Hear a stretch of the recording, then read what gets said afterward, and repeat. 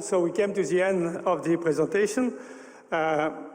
We still have a few minutes, so I will not ask, I would like to take a few questions if there are from the audience.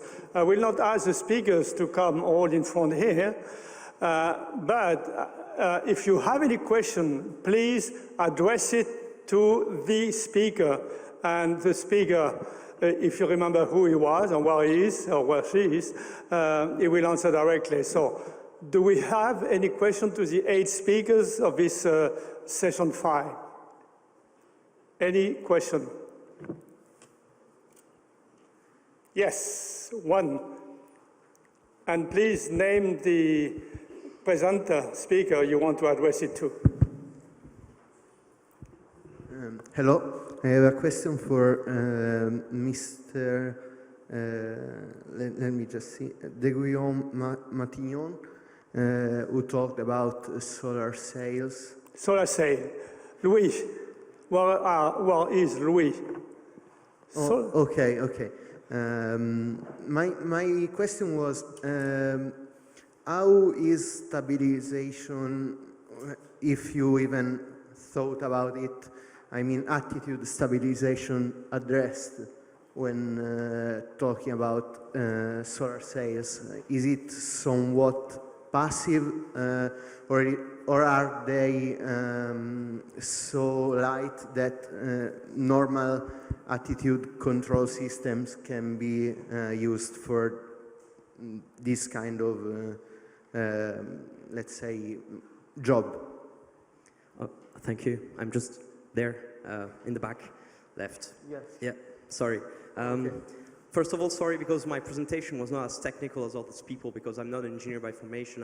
I did law studies, so sorry if it was not really clear. So basically for our first flight we flew a few months ago, we're using magnetotalkers and we're using the magnetic field of the Earth to actuate the satellites and the sail.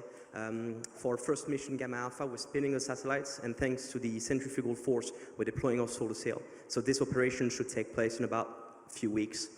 For next mission, what we developed is LCD screens that we are actually going to stick on the sail, and depending on the reflectivity, we're going to, just navigate with the sail. So the idea is to just use light, and we do not put aside the idea of maybe embarking a small ion thruster, electric thruster, if we really need to do some particular operations. But first mission, magnetosphere, and deep space mission, just the light. Thanks. Hi, I have a question for you too. My curiosity was about how did you fold the sail? I mean, physically, did you use your hands? There is a particular machine that do that. Yeah, thank you. So the first sail we flew in space a few months ago is a 6U CubeSat, so 12 kilograms, and the sail area is 80 square meters, so it's pretty big.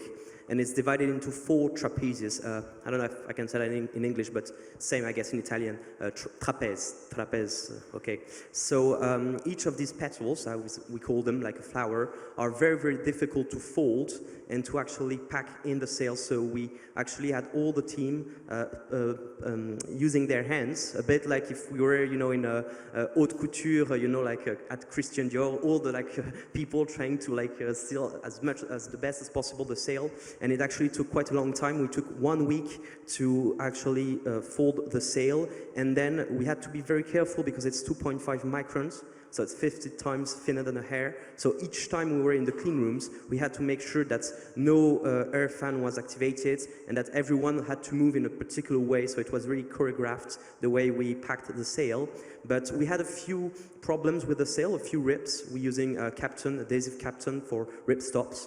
But yeah, we did it by hands. It took quite a long time, and now the team has came up with a new way of just folding a monolithic sail. So for our next mission flying in 2025, the sail will not be 4 different trapeze, but only one big piece of the materials called CP1, and it's produced in the US. It's the one that flew with the Neo Scout mission with Artemis.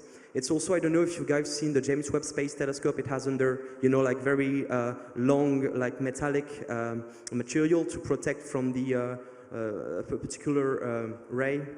I forgot what it is, but we're using the same material. It's the same company. It's called Nexolve US. And it's pretty difficult to deal with them because they're US military companies. So we had to have a lot of authorization to have the right to use the material. And we're the only company in Europe to use it. But it's great. They took 20 years to build that material.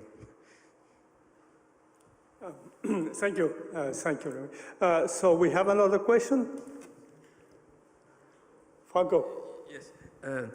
To Dr. Proust about the nuclear power propulsion. I remember there was a proposal about a space plasma engine powered by nuclear power, Vasimir, promoted by my colleague Franklin Chandias.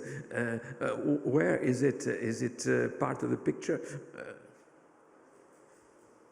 Okay, thank you for the question. Yes, Vasimir is one of the, I would say, electric thruster concepts that could be envisaged and who would require indeed quite large power input. So using a nuclear power source to feed Vasimir.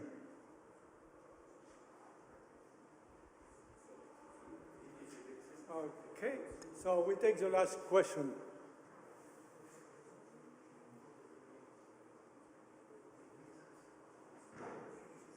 No, okay, no last question. I will not insist. Yeah, you have one, Scott. Okay. It's for the solar wind sail again, not solar wind, but the solar sail. Did you have a launch in 2025? And did I understand it's going to go to Saturn? Because that seemed hard to do. No. It's just an image for people that like to understand how the spacecraft actually works. No, we flew our first sail. It's in Leo now. It's flying at 536. When do you go to Saturn? No, we're not going to Saturn. What we're trying to what we're trying to do is target an asteroid for maybe like 2027 or onwards. But no, we're not going to Saturn. But I think a Japanese mission had planned to go to Jupiter's icy moons. The project was called Okeanos, but it's been cancelled. By the way, I have a few mission patches for those who like goodies, if you want, for the next mission. Thanks. Okay, thank you very much. So this was the last question. So let me close the session. Well, we really have had a packed session, 8 speakers, but congratulations to all speakers. You all kept, as a team, some were a bit above the limit, but really as a team, we just fit into the 2 hours of time slot. So thank you very much. You did a great job. So thank you. That's the end of the session. So let me say something for tomorrow. I guess tomorrow it's 9 o'clock. Starting 9 o'clock. And for those who have registered for the visit, it's at 6 o'clock. Sorry? We go by taxi, yeah. Okay. Yeah, have a good evening.